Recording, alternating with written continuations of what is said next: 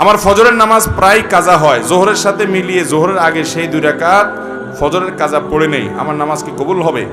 এই পাবলিক অনেকেই আছে, ফজরের নামাজ জামাতের সাথে মসজিদে গিয়ে আদায় করার মতো মুসল্লি মুসলমানের সংখ্যা সমাজে অনেক না বেশি? সবচেয়ে কম মুসল্লি হয় কোন নামাজে? কারণ ইবলিস জানে এই নামাজটায় হাজির হলে অনেক বেশি ফজিলত পেয়ে যাবে, জোহরের নামাজের চাইতে এই নামাজে হাজির হওয়ার গুরুত্ব বেশি, মাগরিবে এশায় হাজির হওয়ার চাইতে ফজরে হাজির হওয়ার গুরুত্ব বেশি। এটা মাসআলা আপনি না জানলে কি হয়েছে, আপনার সাথে থাকা ইবলিস জানে, এই জন্য ইবলিসে বড় রাতে আপনার ঠ্যাং টিপা শুরু করে। দেখবেন রাত 12টা 1টা 2টা পর্যন্ত ঘুম আসে না, ফেসবুক টিপতেছেন, ইউটিউব টিপতেছেন, মোবাইলে মুনাজাত ধরতেছেন, শয়তানের জিকির আজকার করতেছেন, এগুলো করতে করতে 12টা 1টা পর্যন্ত আপনার ঘুম আসে না। ঠিকই দেখবেন ফজর আজান আগ দিয়া দেখবেন এমন ঘুম আসে, অ্যালার্ম দিয়ে রাখলেও আর উঠতে মনে চায় না, ঠিক না বেঠিক?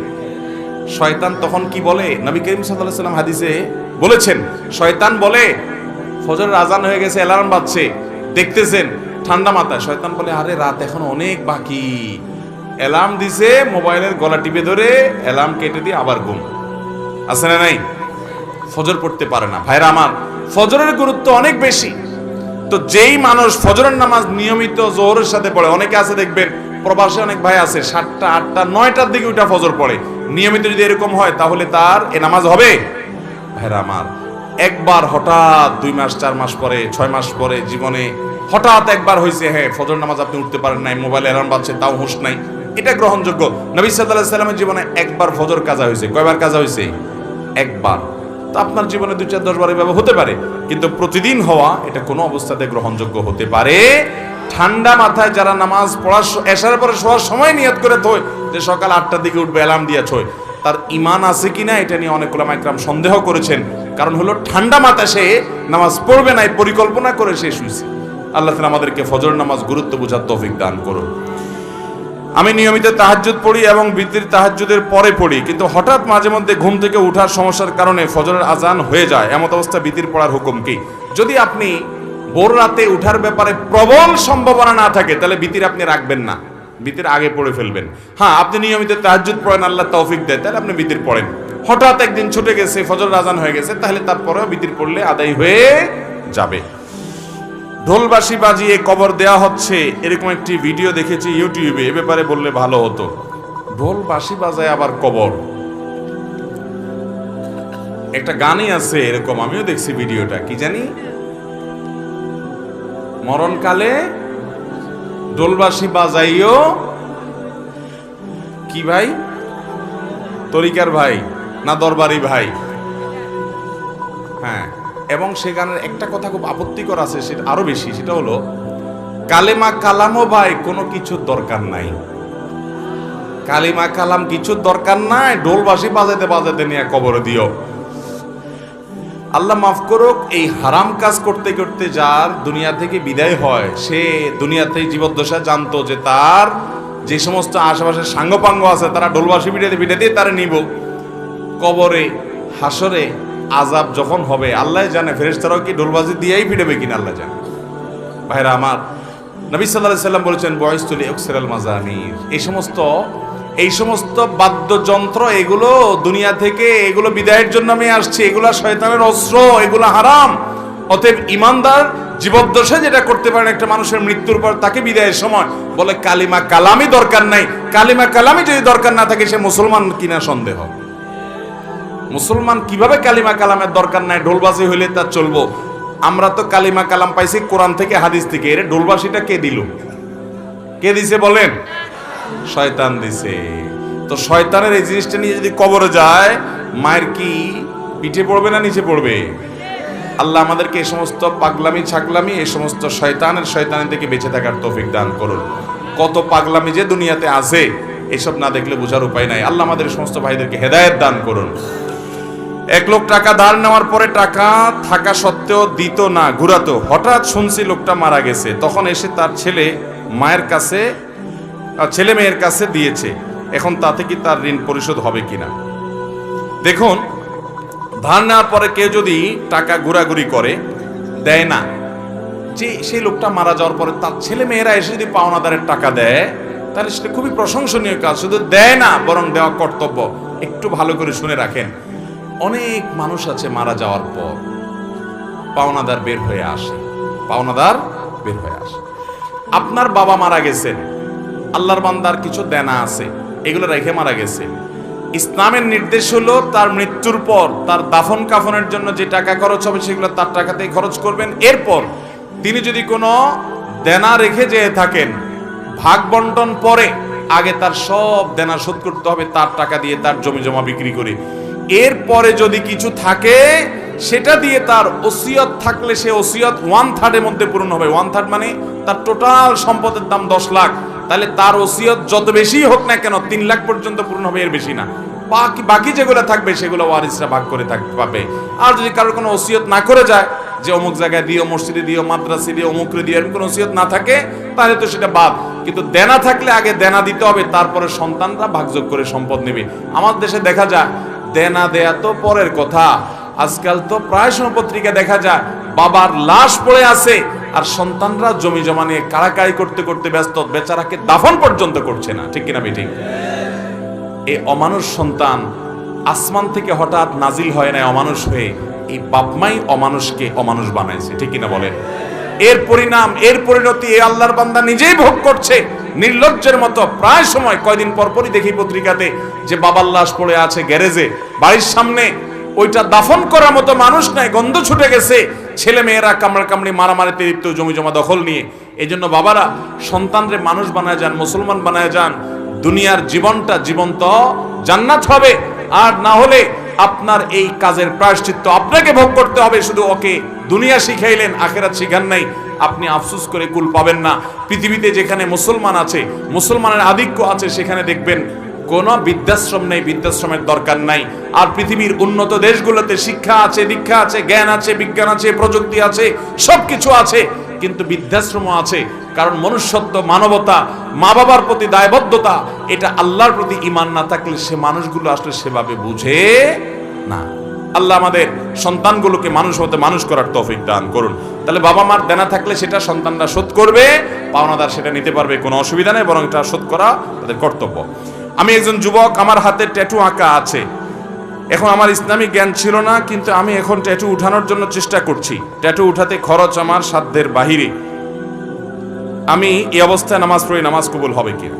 গত পরশুদিন আমরা কক্সবাজারে ছিলাম, আমি শেখ আহমদ সাইফুল্লাহ ভাই আরো আমাদের বন্ধু বান্ধবদের একটা বড় গ্রুপ, ফ্যামিলি সহকারে।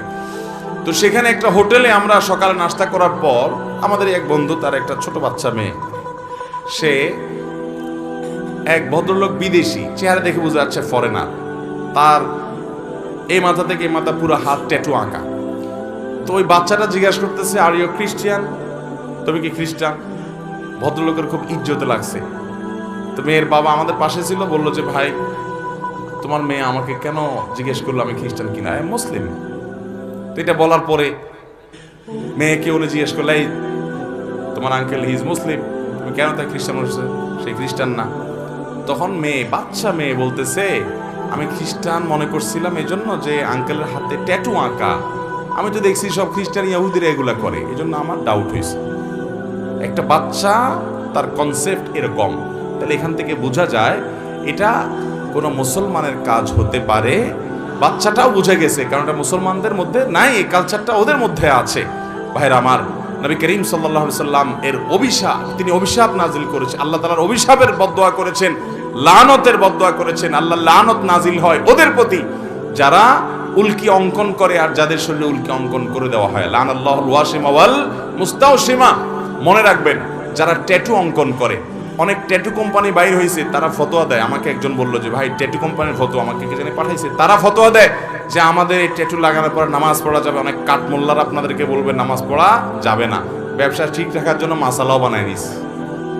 আরে ভাই, এই ট্যাটু অঙ্কন করা হারাম, এটা হলো প্রথম কথা। এটা আপনাকে রিমুভ করতে হবে। রিমুভ করার সামর্থ্য নাই, কোনোভাবে উপায় নাই আপনার জন্য, তাহলে আল্লাহর কাছে ইস্তেগফার করে মাপ চাইবেন এবং ওই অবস্থায় নামাজ চালু করে যাবেন। আপনার এই চামড়ার উপরে যদি কোনো কিছু দিয়ে আবরণ পড়ে যায় আলাদা, তাহলে এই আবরণ তোলা ছাড়া নামাজ ওযু হবে না, আর ওযু গোসল না হলে নামাজও হবে না। এগুলো এমন ডেঞ্জারাস যেগুলো সহজে তোলা যায় না, আসলে অনেক জটিল বিষয়, চাইলেও পরে তোলা যায় না। এই জন্য যুবক ভাইরা, আমাদের দেশে অনেক যুবকরা আজকাল এগুলো শুরু করেছে। ভাইরা আমার, একটু খেয়াল করে দেখেন তো, আল্লাহ বলেছেন লাকাদ খালাকনাল ইনসানা ফি আহসানি তাকওয়িম।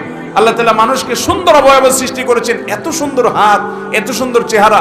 কি আপনি ওই বিড়ালের মতো কি কতগুলো আঁকে নেকে একে ভূতের মতো দেখা যায়? আমার তো শয়তান শয়তান টাইপ লাগে।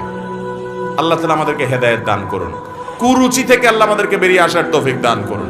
অনেক মুসলমান যুবকের হাতে দেখা যায় ধাগা লাগানো, দেখছেন আপনারা? ফিতা ধাগা লাগা দেখছেন? ভাইরা আমার, এটা হিন্দুরা তাদের ধর্মীয় বিশ্বাস থেকে লাগায়। আপনি মুসলমানের সন্তান, আমরা দেউলিয়া হয়ে গেছি আজকাল। আপনি মুসলমান হিসাবে আপনি প্রাউড ফিল করেন না? তাহলে আপনি কেন তাদের কালচার নিতে যাবেন? আল্লাহ তাআলা আমাদেরকে বুঝার তৌফিক দান করুন। বিদায় কেউ যদি ট্যাটু আগে লাগিয়ে ফেলেছেন, এখন উপানার কোনো পথ আপনার সামনে খোলা নাই, ওই অবস্থা নামাজ পড়ে যাবেন, নামাজ ছাড়বেন না এবং চেষ্টা অব্যাহত রাখবেন কোনোভাবে এটা দূর করে আপনি সঠিকভাবে সালাত আদায় করার এবং আল্লাহর কাছে লজ্জিত হয়ে আপনার সর্বশক্তি দিয়ে তওবা ইস্তেগফার করবেন। আল্লাহ আমাদেরকে মাফ করুন। কারো যদি অনুভূত হয় সে জাদুগ্রস্ত কিংবা কালো জাদুগ্রস্ত, তাহলে ইসলামিক উপায় তা প্রতিরোধের উপায় কি? ভাইরা আমার, আমি প্রায় বিভিন্ন জায়গায় বলি। আজকে গাড়িতে আসতে আসতে মুফতি সাইফুল ইসলাম ভাই সহ আমরা আলোচনা করছিলাম। সাইফুল ইসলাম ভাইয়ের কাছে আমার সামনে একটা ফোন আসলো, উনি ধানমন্ডি তাকওয়া মসজিদের খতিব, ওখান থেকে বলে যে ধানমন্ডির মতো রিচ এলাকাতে, সব ধনীদের এলাকা, সারা দেশের বড় বড় পয়সাপাতি যাদের তারা থাকে, ব্যবসায়ীরা থাকে, মন্ত্রী মিনিস্টাররা থাকে, বলছে এই এলাকাতে, উনি যেহেতু ওখানকার বড় মসজিদের খতিব তাকওয়া মসজিদের, উনি বললেন যে ভাই, এত পরিমাণ জিনে ধরা রোগী এবং ব্ল্যাক ম্যাজিক অর্থাৎ জাদুগ্রস্ত রোগীর খবর আসে বলার মতো না। আমি বলি ভাই, আমারও তো একই অবস্থা। আমার কাছে যত ফোন আসে দেশের একেবারে সর্বোচ্চ লেভেল পর্যন্ত এমন এমন কিছু পদের পদাধিকারী ব্যক্তিদের তরফ থেকে ফোন আসে, রিকোয়েস্ট আসে যে কল্পনাও করা যায় না যে এই লেভেলের মানুষগুলো পর্যন্ত সাফার করছে খুব জটিল ভাবে। ঘরে ঘরে দুষ্ট জিনের উপদ্রব মানুষ লক্ষ্য করে না। মনে রাখবেন, কিছু কিছু দুষ্ট জিনের উপদ্রব আছে আপনি খেয়াল করেন না। যেমন কথার কথা, বাসায় বাচ্চা কাচ্চা অস্বাভাবিক দুষ্টামি করে, সীমাহীন, কোনো স্বাভাবিক কিছু না। বুঝবেন দুষ্ট জিনের ভয়ঙ্কর প্রভাব ওর উপরে পড়ছে। এবং অনেক রোগ আছে কিছু লোকের, দেখবেন যে এই রোগগুলোর কোনো ট্রিটমেন্ট করে কিছু হয় না, কোনো ডায়াগনোসিস হয় না, বহু চেক আপ টেস্ট, ডাক্তাররা আন্দাজ অনুমান করে বিভিন্নভাবে ট্রিটমেন্ট করেন, চেষ্টা করেন, কিন্তু কোনোভাবে ভদ্রলোক ভদ্রমহিলা সুস্থ হয় না। এরকম বহু রোগী দেখেছি আমি যে কোনোভাবে সুস্থ হয় না।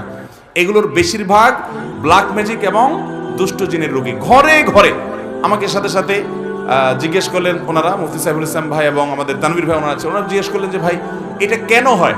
আমি বললাম কেন হয়? জিন, দুষ্ট জিন অর্থাৎ শয়তান তার উপযোগী জায়গা পাইলে সে সেখানে খুঁটি গাড়ে। আমাদের বাসা বাড়িগুলোতে হারাম এই পরিমাণ হয়, আপনি ইউটিউবে ওয়াজ শুনতে যান, শুরুতে আগে পান্ডা অ্যাডভার্টাইজ দিয়ে নিবে, এরপর আরো বিভিন্ন অ্যাডভার্টাইজ আসবে এবং মিউজিক আসবে, এগুলা চলবে। এই মিউজিক যেখানে থাকে সেখানে শয়তান আসবেই। আপনি এটা নিয়ন্ত্রণ করতে হবে। আপনার বাসায় বিভিন্ন প্রাণীর ছবি টাঙিয়ে রাখবেন, এখানে শয়তান আসবেই। রহমতের ফেরেশতা ঢুকেন, হাদিসে বলা আছে, এখানে আপনার এই অবস্থা হবে। ঘরে ঘরে মানুষ এটা ফিল করছে না, বহু মানুষ হাহাকার করছে। আমরা রাকির নাম্বার দিয়ে রাকিদেরকে রেফার করে কুলাতে পারছি না, এই পরিমাণ মানুষ আক্রান্ত। বাঁচবেন কিভাবে? আমি সব জায়গায় বলার চেষ্টা করি ভাইরা আমার। নাম্বার 1, গুনাহমুক্ত বাসা করেন, বাসা বাড়িতে গুনাহ করবেন না, এগুলো থেকে বাঁচান বাসা বাড়িকে। সবচেয়ে বড় কারণ হলো, দ্বিতীয় নাম্বার যেটা বলবো সেটা হলো, আজ কোরআন তেলাওয়াত আমাদের বাসা থেকে উঠে গেছে। আমরা এখন বড় জোর ইউটিউবে একটু তেলাওয়াত চালাই দেই। আল্লাহর কসম করে বলছি, যেই বাসায় কোরআন তেলাওয়াত নিয়মিত হয়, আওয়াজ করে, শব্দ করে, ওই বাসায় ব্ল্যাক ম্যাজিক দুষ্ট জিন থাকতে পারে না। আপনি যদি মিরাকল দেখতে চান ভাইরা আমার, আমি বুকে হাত রেখে বলতে পারি, আপনি আল্লাহর কুদরত যদি দেখতে চান সরাসরি, দুষ্ট জিনের উপদ্রব আছে যে বাসায়, সে বাসায় আপনি সূরা বাকারার তেলাওয়াত চালু করে দেন, জোরে জোরে তেলাওয়াত করেন, নিজে না পারলে অডিও চালু করে দেন। আমি নিজের চোখে বহুবার দেখেছি যে অস্বাভাবিক আচরণ বাচ্চাদের, এটা সেটা, রুকিয়া চলছে, তেলাওয়াত চলছে, ভালো হয়ে গেছে। আমার পরিচিত এক বোন আছেন, বোন বলতে আমার আপন বোন না, দুঃসম্পর্কীয়, উনি আমেরিকাতে থাকেন, অনেক বড় ব্যবসায়ী। ওনার বাসায় ভয়ঙ্কর অবস্থা, মেয়েরা কোরআন তেলাওয়াত চালাইলে পাগলের মতো হয়ে যায়, কোনোভাবে সহ্য করতে পারে না, বলে যে বন্ধ করো এটা যেভাবেই হোক। এবং হাজার হাজার কোটি টাকার মালিক ওনারা, বাফেলোতে আমেরিকাতে থাকে। আমাকে বললেন ভাই কি করা যায়? আমি রুকিয়ার অ্যাপ দিলাম, বলে যে কোনোভাবে তেলাওয়াত শুনতে রাজি না। আমি বললাম যে ওদেরকে যদি বেঁধে রেখে হলেও আপনি কিছুদিন শোনাতে পারেন, দেখবেন ট্রিটমেন্ট হয়ে গেছে। আমাকে গত সপ্তাহ না তার আগের সপ্তাহ যেন কয়েকদিন আগে আমাকে জানালেন যে ভাই আপনি না দেখলে বিশ্বাস করবেন না যে আমার মেয়েরা এখন এতটা স্বাভাবিক হয়ে গেছে যে কোরআন তেলাওয়াত শোনা ছাড়া এখন আরো ঠিক থাকতে পারে না, কিন্তু প্রথম সহ্য করতে পারতো না। আমার বাসায়, আমি তো এলাকার সন্তান আপনাদের লক্ষ্মীপুরের, বশিরপুর আমার গ্রাম, সেখানে একদিন সকালবেলা আমার এক নিকটাত্মীয় এক ছেলেকে নিয়ে আসছে, ইয়াং ছেলে, যুবক মানুষ, সৌদি আরবে ছিল, বলে বিদেশ থেকে চলে আসছে। কি হয়েছে, সে আজানের আওয়াজ হলে শুনতে পায় না, তার পুরো শরীর বাঁকা হয়ে যায়।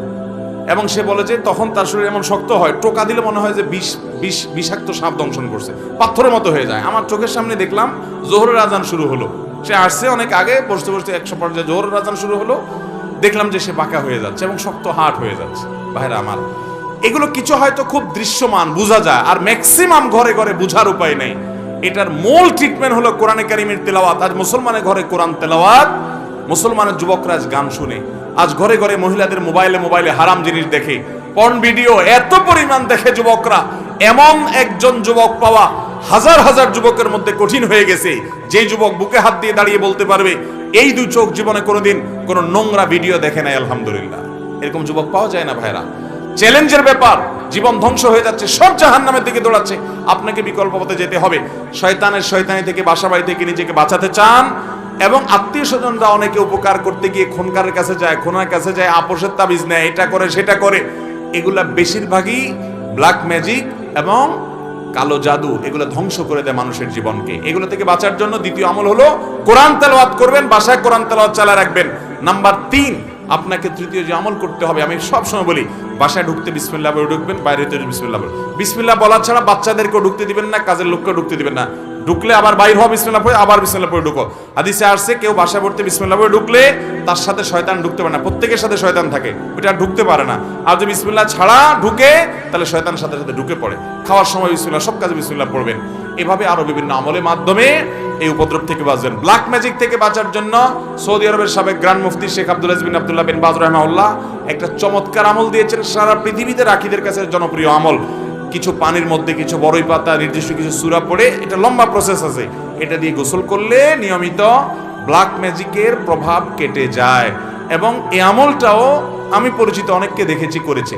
আমাদের এই যে আপনাদের নিশান ভাই, এই মাহফিলের আয়োজক তানভীর ভাই, ওনার ফ্যামিলিতে উনি নিয়মিত রুকিয়া করেন, এবং উনি আমাকে বলছেন, ভাই শরীরটা মনে হয়েছে শরীরতে কিছু চলে গেছে, পাতলা হয়ে গেছে। এই জন্য কোরআন তেলাওয়াত করবেন তো ইনশাআল্লাহ, বাসা বাড়িতে কোরআন চালাবেন তো ইনশাআল্লাহ।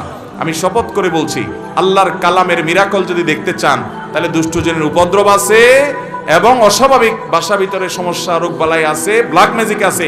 কোরআন তেলাওয়াত শুনতে থাকেন, একদিন দুই দিন না, অনবরত আপনি ফিল করবেন যে কিভাবে আল্লাহর কুদরত জাহির হয়, কিভাবে শয়তান পালায়। আল্লাহ আমাদেরকে বুঝার তৌফিক দান করুন।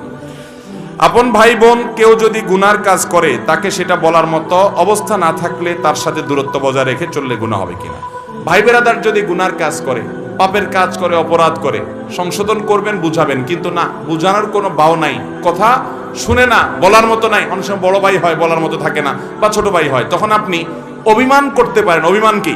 যে তার সাথে আমি কথা বলবো না, দূরে থাকবো, তাকে বোঝানোর জন্য যে আমি তোমার উপরে অসন্তুষ্ট, এটা আপনি করতে পারেন। কিন্তু তাকে চিরকালের জন্য ত্যাগ করবেন, তার সাথে সম্পর্ক ছিন্ন করবেন, এই সুযোগ নাই। সে খারাপ হলেও এই সুযোগ নাই যে আপনি তাকে সম্পূর্ণ সম্পর্ক ছিন্ন করবেন। হ্যাঁ, সংশোধনের জন্য করতে পারেন। সব আলেম বলে যে আমরা হকের পাশে আছি, তোমরা আমাদের সাথে থাকো, তাহলে আমরা কার পাশে থাকবো? ভাইরা আমার, নবী করিম সাল্লাল্লাহু আলাইহি ওয়াসাল্লাম দুইটা কোষ্ঠী পাথর দিয়ে গেছেন, মা আনা আলাইহি ওয়া আসহাবি, আমি যে আদর্শের উপর আছি এবং সাহাবায়ে কেরাম জামাতুস সাহাবা তারা মৌলিকভাবে যে আদর্শের উপর আছেন সেটি, এটার উপরে যারা প্রতিষ্ঠিত তারা কিয়ামতের ময়দানে নাজাত প্রাপ্ত দল। আর সেই সাথে নবীজি বলে গেছেন, তারাকতু ফিকুম আমরাইন, আমি তোমাদের মধ্যে দুইটা জিনিস রেখে গেলাম, কিতাবাল্লাহি ওয়া সুন্নাত রাসূলিহি, আল্লাহর কোরআন এবং রাসূলের সুন্নাত, লান তাদিল্লু মা তামাসসাকতুম বিহিমা, এগুলো যদি তোমরা আঁকড়ে ধরো, কোনো দিন তোমাদের কেউ গোমরাহ করতে, পথহারা করতে পারবে। এই জন্য ওই মূলনীতি আপনি ধরে রাখবেন। যে সমস্ত উলামায়ে কেরামের কথা শুনবেন, এগুলো গ্রহণ করবেন, ইনশাআল্লাহ আল্লাহ তাআলা হকের উপরে রাখবেন। এগুলো গ্রহণ না করলে আপনি হকের উপরে প্রতিষ্ঠিত থাকতে পারবেন।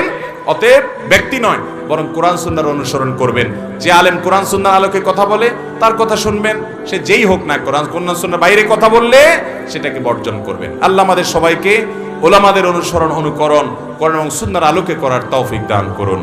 হালাল পথে উপার্জিত টাকা কাউকে ধার দিলে সে যদি হারাম পথে উপার্জন করে, সেই ধার পরিশোধ করে, তাহলে ধার দেওয়া ব্যক্তির জন্য টাকা হারাম হবে কিনা? খুবই দরকারি এবং প্রয়োজনীয় একটা প্রশ্ন ভাই। আপনি একজনকে হাওলাত দিয়েছেন, ধার দিয়েছেন, লোন দিয়েছেন, সে লোন পরিশোধ করার সময় সে হয়তো সুদের কারবার করে বা যে উপার্জন করে হালাল চাকরি না, এক কথায় হালাল হারাম মিশ্র আছে বা হারাম উপার্জন করে, সে আপনার লোন পরিশোধ করছে কিন্তু হালাল টাকা থেকে পরিশোধ করে নাই, তার ওই যে উপার্জন হারাম সেখান থেকে সে পরিশোধ করছে, বা হালাল হারাম মিশ্র আছে সেখান থেকে সে পরিশোধ করেছে। তো আপনার জন্য সেটা গ্রহণ করা জায়েজ হবে কিনা, এই মাসআলাটা আমরা তাহকিক করার চেষ্টা করেছি। এই ব্যাপারে উলামায়ে কেরামের ফতোয়া আমরা যেটুকু পেয়েছি সেটা হলো এটা জায়েজ হবে, এটা নাজায়েজ হবে না। কারণ নবী করিম সাল্লাল্লাহু আলাইহি সাল্লাম ইয়াহুদীদের সাথে লেনদেন করেছেন না করেন নাই? তো ইয়াহুদীরা সুদের কারবার করত মানে চরম করা করত। সুদের প্রতিষ্ঠাতাই ছিল ইয়াহুদীরা, সুদের সবচাইতে আদি মহাজনী হলো ইয়াহুদীরা। নবী করিম সাল্লাল্লাহু আলাইহি ওয়াসাল্লাম হাদিসে ব্যাপারে স্পষ্ট বক্তব্য আছে, ইহুদিদের সাথে সুদের একটা বিশেষ সম্পর্ক। মদিনার সুদের প্রতিষ্ঠাই করেছে তারা। তো সুদের কারবার করত বা অন্যান্য হালাল হারাম তো আর মুসলমানদের মতো তারা বাজ বিচার করতো না, তো তাদের সাথে লেনদেন নবী সাল্লাল্লাহু আলাইহি ওয়াসাল্লাম করতেন। শুধু নবী করিম সাল্লাল্লাহু আলাইহি ওয়াসাল্লাম কেন, এই যুগেও কোনো মুসলমানের সাথে আমরা লেনদেন করলে, টাকা পয়সা ধার নিলে বা দিলে, এটা জায়েজ না জায়েজ? জায়েজ কিনা? তাহলে তারা কিভাবে উপার্জন করছে সেটা তো আর আমরা দেখছি না। এই জন্য পাওনাদার তিনি পাওনা হিসাবে দেনাদারের কাছ থেকে যেটা পাচ্ছেন তার প্রাপ্য টাকা, সেটা তার জন্য নেওয়া জায়েজ হবে। এমনকি দেনাদার যিনি পাওনা পরিশোধ করলেন তিনি হালাল হারাম বাজ বিচার ছাড়া তার মিশ্র উপার্জন যদি থাকে, তারপরেও এটা পাওনাদারের জন্য গ্রহণ করাটা কি হবে না, হারাম হবে। কথা কি বুঝতে পারছি? এবং এ ব্যাপারে পাকিস্তানের বিন্নুরি টাউনের উলামায়ে কেরাম মুফতিদের ফতোয়াও আছে একই রকম, যে এটা পাওনাদারের জন্য হারাম হবে না যদি দেনাদার হারাম উপার্জন থেকে দেয়। আল্লাহু আ'লাম বিসওয়াব। এরপরে প্রশ্ন হলো, আমার বাবা একজন অটো চালক, প্রবাসে থাকে। প্রবাস থেকে ফিরে তিনি আমাদের না জানিয়ে কিস্তি নেন এবং অটো ক্রয় করেন। আপনার কাছে আমার প্রশ্ন, তার দৈনন্দিন রোজগারের টাকা হালাল হবে কিনা এবং এক্ষেত্রে আমাদের করণীয় কি? আল্লাহ মাফ করুন, সুদে কিস্তি নেওয়া বলতে সুদের কিস্তির কথা বুঝেছেন নিশ্চয়ই। সুদের লোন নিয়ে অটো কেনা বা দোকানদারি করা, বিভিন্ন কিছু করা, এটা আজকাল আমাদের দেশে একটা ব্যাপকভাবে এটা ছড়িয়ে গেছে। আমি গত পরশুদিন চট্টগ্রাম কক্সবাজারের মহেশখালীর এক মাহফিলে গেছি, একেবারে শেষ মাথায়, অনেক দুর্গম পথ। তো আমি একটা বিষয় আলোচনা করব, পরিকল্পনা নিয়ে গেছি। সেখানে একটা বড় মাদ্রাসা, চট্টগ্রামের দারুল মাআরিফ মাদ্রাসার একজন মুহাদ্দিস, ওনার মাদ্রাসা, উনি প্রসঙ্গত বললেন, ভাই আমাদের এখানে সুদে ছেয়ে গেছে প্রতিটা ঘর, অথচ সেখানে আপনার সম্ভবত বিদ্যুতের একটা প্রকল্প আছে বড়, সেখান থেকে মানুষ উপার্জন হয়, সমুদ্র থেকে মাছ আহরণ করে তারা উপার্জন করতে পারে, অনেক পথ আছে, তারপরেও এনজিওগুলো থেকে সুদ নিয়ে তারা সবাই দাঁড়াচ্ছে। তখন আমি সুদ নিয়ে কিছু কথা বলার চেষ্টা করলাম। ভাইরা আমার, আল্লাহর জমিনে যত হারাম আছে, যত হারাম উপার্জন আছে, সুদের চাইতে ভয়াবহ কোনো হারাম উপার্জন আর আপনি 1 কেজি গরুর গোশত, 1 কেজি কুকুরের গোশত বা শুকুরের গোশত যদি রান্না করে খান, তাতে গুনাহ তো হবে নাকি? শুকুর এবং কুকুরের গোশত খাওয়া কি হালাল না হারাম? আপনি জবাই করে রান্না করে খাইলেন, গুনাহ হবে। এর কারণে আপনার আমলনামায় গুনাহ যত পরিমাণ লেখা হবে, এই গুনাহ এবং পাপের মাত্রা যতটা হবে, আপনি সুদের কারবার করে বাজার থেকে হালাল গরুর গোশত কিনে আনছেন ওই সুদের লাভ দিয়া, টাকা দিয়া, তো মনে রাখবেন ওই কুকুরের গোশত আর শুকুরের গোশত খাইলে যে পরিমাণ গুনাহ হবে, সুদের কারবার করে ওই টাকা দিয়ে খাইলে তার চেয়ে বেশি গুনাহ হবে। কারণ অন্য কোনো গুনাহের ব্যাপারে আল্লাহ তাআলা আল্লাহ এবং তার রাসূলের সঙ্গে যুদ্ধের কথা বলেন না, এটা এত ভয়াবহ বিষয়। সুদের 70টা ভয়াবহ দিকের ভিতরে সবচেয়ে সাধারণ, এই 70টার মধ্যে সবচেয়ে সাধারণ হলো নিজের মায়ের সাথে জেনা করলে যত নোংরামি হবে, যত জঘন্য কাজ হবে, সুদের কারবারে জওয়ালের তার চেয়ে বেশি জঘন্য হবে। ভাইরা আমার, এই সুদকে আল্লাহ তাআলা কোরআনে বলেছেন ইয়ামহাকুল্লাহুর রিবা, আল্লাহ তাআলা সুদকে ধ্বংস করবেন। আল্লাহ যেটাকে ধ্বংস করবেন, আপনি এই কারবার করে কখনো সুখী হতে পারবেন? আপনি দেখবেন সুদখোররা অনেক চকচকা গায়ে নিয়ে চলে, চকচকা বাড়িতে চলে, অনেক পয়সা করি কামাই করে, উপর দিয়ে অনেক ফিটফাট, দেখবেন আল্লাহর কসম ওদের ভেতরে সদরঘাট হয় আজকে আর নয় 2 দিন পরে হবে। কারণ সুদকে আল্লাহ তাআলা ধ্বংস করবেন, আল্লাহর ওয়াদা। কেন সুদ এত ভয়াবহ ভাই? কারণ সুদ পৃথিবীর মানুষকে নিষ্পেষণের পর নিয়ে কিছু মানুষকে এই সুদের কারবারের মাধ্যমে প্রতিষ্ঠিত করে। এই যে সুদের উপর গোটা পৃথিবী দাঁড়িয়ে আছে, এখন গোটা দুনিয়ার সম্পদ দেখবেন যে অল্প কিছু মানুষের হাতে চলে যাচ্ছে। সুদের এই অর্থনীতি গরিবকে আরো গরিব করে, ধনীকে আরো ধনী করে, এবং একটা পর্যায়ে গোটা পৃথিবীর সব কিছু নিয়ন্ত্রণ একজনের কাছে যাবে, তার নাম দাজ্জাল হবে, তার পাওয়ার থাকবে অনেক বেশি। দুনিয়া সেই পরিণতির দিকে এগিয়ে যাচ্ছে।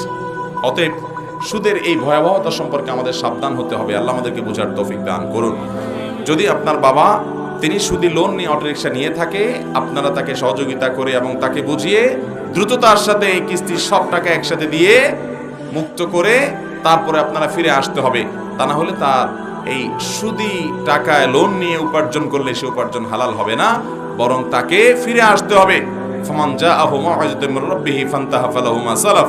তিনি বুঝেছেন সুদের ভয়াবহতা, এরপরে ফিরে আসছেন, তওবা করেছেন, আল্লাহর কাছে মাফ চেয়েছেন, তাহলে আগেরগুলা কি হতে পারে? মাফ হতে পারে।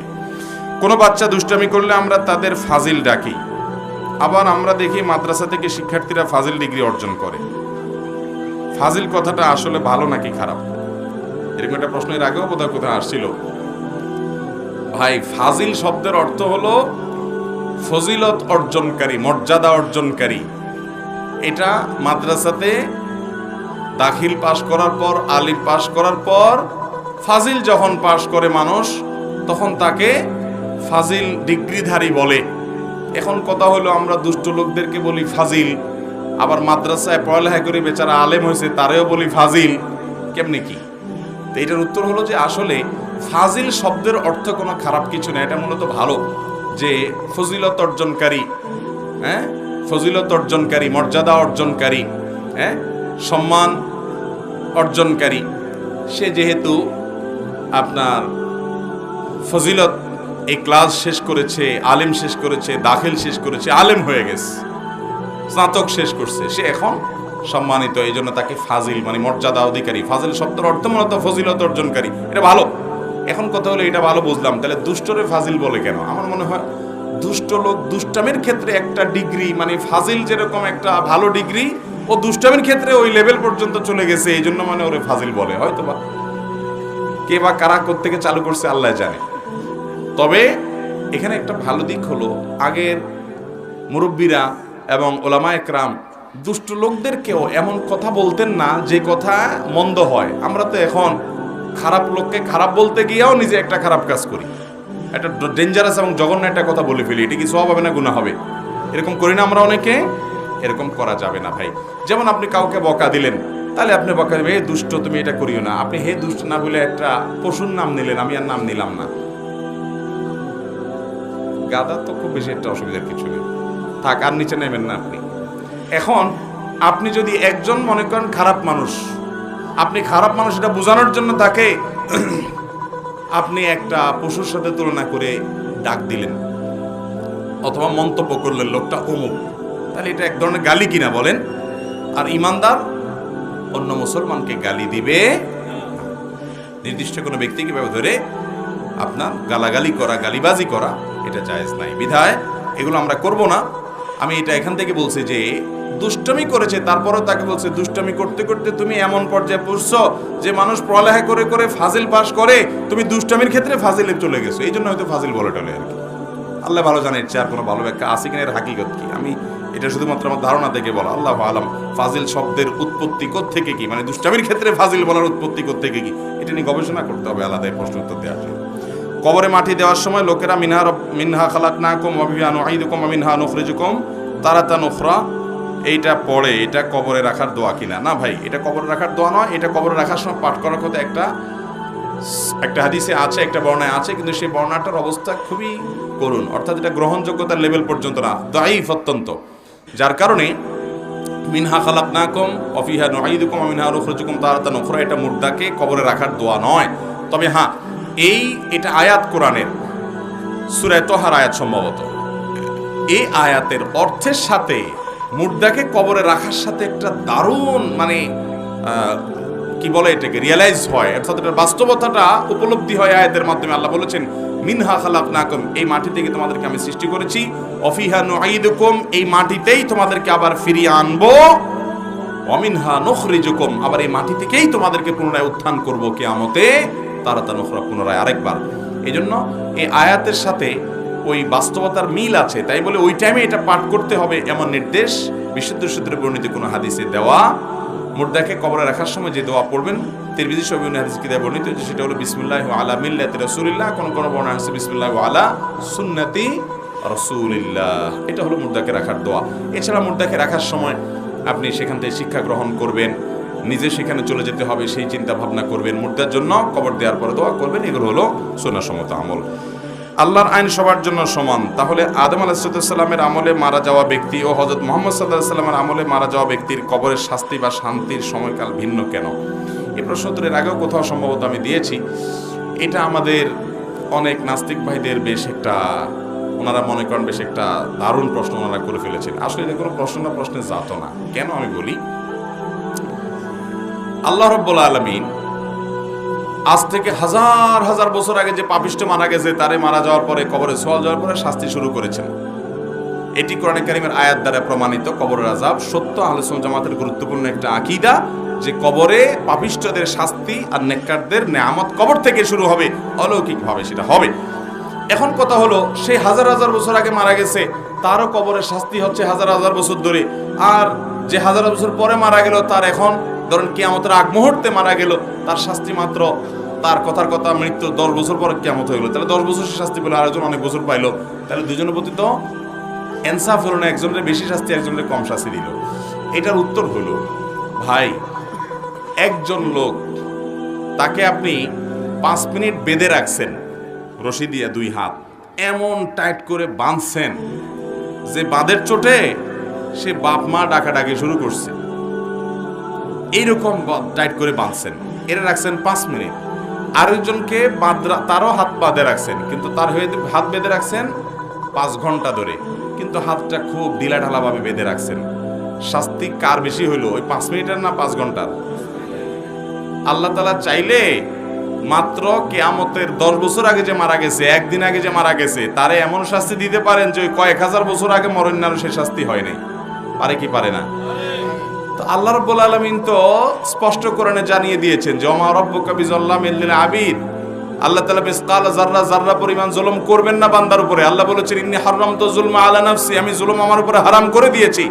আল্লাহ বলেছেন যে ওয়ানাদাউ মাওয়াজিনাল কিসত লিয়াউমিল কিয়ামা, কিয়ামতের দিন আমি ইনসাফের দণ্ড প্রতিষ্ঠা করব, কারোর প্রতি চুল পরিমাণ বিন্দু পরিমাণ যাররা পরিমাণ জুলুম করা হবে না।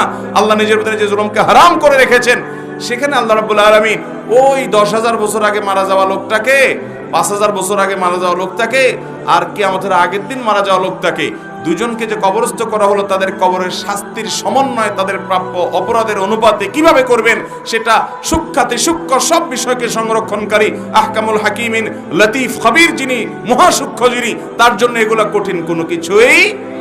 এই সমস্ত প্রশ্ন আসে সেই মস্তিষ্ক থেকে, যেই মস্তিষ্ক রব্বুল আলামিনের পরিচয় সম্পর্কে অবগত নয়। সে নিজেকে আল্লাহকে নিজের মতো মনে করে যে আমি তো এটাকে সমন্বয় করতে পারবো না, আল্লাহ কিভাবে পারবে? আল্লাহর দ্বারা অসম্ভব কিছুই নয়। কিভাবে সমন্বয় করবেন সেটা রব্বুল আলামিন সবচাইতে ভালো